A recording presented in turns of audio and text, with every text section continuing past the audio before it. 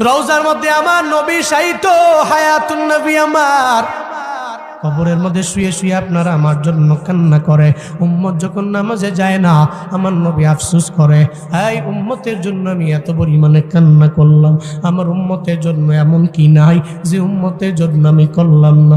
জামালপুরের মুসলমান আমার মায়ার নবী আপনার আমার জন্য কি পরিমাণে পাগল বাড়া জানেননি।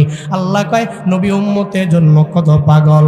লাকাদ জাআকুম রাসূলুম মিন আনফুসিকুম আজিজুন আলাইহি মা আনিতুম হারিস আলাইকুম বিল মুমিনিনা রাউফুর রহিম। আল্লাহ পাক বলেন সূরাত আত-তাওবার 128 নম্বর আয়াত, আল্লাহ কয় ও দুনিয়ার মানুষ, তোমাদের মধ্য থেকে এমন এক পয়গম্বর আমি আল্লাহ পাঠাইলাম তোমাদের দরবারে আসলো। লাকাদ জাআকুম রাসূলুম মিন আনফুসিকুম, তোমাদের মধ্যকার একজন নবী আমি আল্লাহ পাঠাইলাম, রাসূল বানাইয়া ওনারে নবী বানাইয়া পাঠাইলাম। আজিজুন আলাইহি মা আনিতুম, এক নম্বরে উম্মতের ব্যথায় উনি নিজেও ব্যথিত হয়ে যায়। আমার নবী উম্মত যখন কাঁদে আমার মায়ার নবীও কান্দে। উম্মত যখন নামাজ পড়ে না আমার নবী উম্মতের ব্যথায় ব্যথিত হয়ে যায়। কারণ দুনিয়াতে সব নবীদেরকে আমার আল্লাহ একটা পাওয়ার দিয়ে দিলেন, দোয়ার পাওয়ার। ওই দোয়াটা উম্মতের জন্য যে কোনো টাইমে যেভাবেই করবে আল্লাহ পাক কবুল করে নিবে।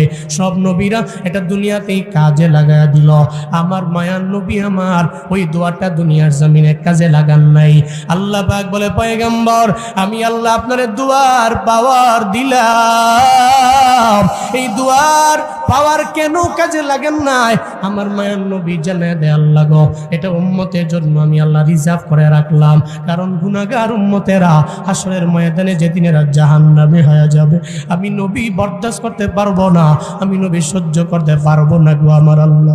হাসরের ময়দানে আমি সব জায়গায় দৌড়াবো।